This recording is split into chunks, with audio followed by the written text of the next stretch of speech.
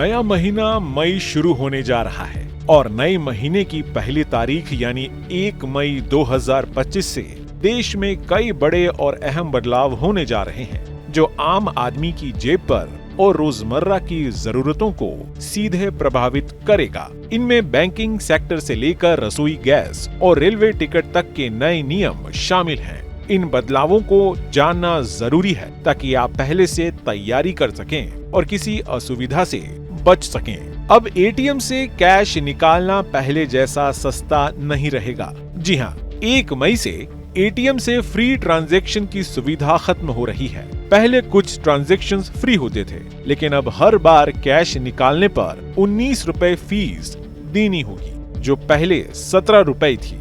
इतना ही नहीं, अगर आप एटीएम से बैलेंस चेक करते हैं तो उसके लिए भी अब 7 रुपए चुकाने होंगे, जबकि पहले ये फीस 6 रुपए थी। यानी हर छोटी बड़ी बैंकिंग सर्विस का चार्ज अब आपकी जेब पर ज्यादा बोझ डालेगा। ब्याज दरों के मोर्चे पर भी बदलाव की उम्मीद है। कई बैंकों ने पहले ही एफडी और सेविंग अकाउंट पर ब्याज दरें घटा दी है। आरबीआई द्वारा 2 बार रेपो रेट घटाने के बाद बैंकों ने रिटर्न कम कर दिए हैं। अब 1 मई से कुछ और बैंक अपनी ब्याज दरों में बदलाव कर सकती हैं। इससे आपकी सेविंग्स पर मिलने वाला ब्याज और एफडी से होने वाली आमदनी प्रभावित हो सकती है।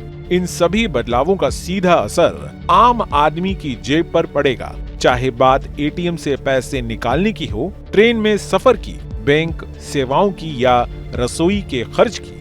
1 मई से आपको हर क्षेत्र में पहले से अधिक सतर्क रहना होगा।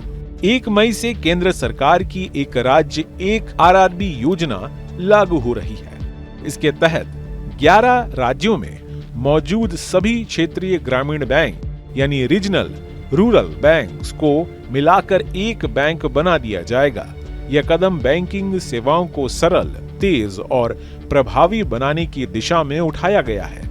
इस योजना के दायरे में उत्तर प्रदेश, आंध्र प्रदेश, पश्चिम बंगाल, बिहार, गुजरात, जम्मू कश्मीर, कर्नाटक, मध्य प्रदेश, महाराष्ट्र, उड़ीसा, राजस्थान शामिल है। इससे ग्रामीण ग्राहकों को ज्यादा सुविधाएं मिलने की उम्मीद है। भारतीय रेलवे ने भी टिकट बुकिंग से जुड़ा एक बड़ा बदलाव किया है। अब वे वेटिंग टिकट सिर्फ जनरल कोच में ही मान्य होंगे। यानी अगर आपने स्लीपर कोच के लिए वेटिंग टिकट लिया है तो उस पर यात्रा करना संभव नहीं होगा।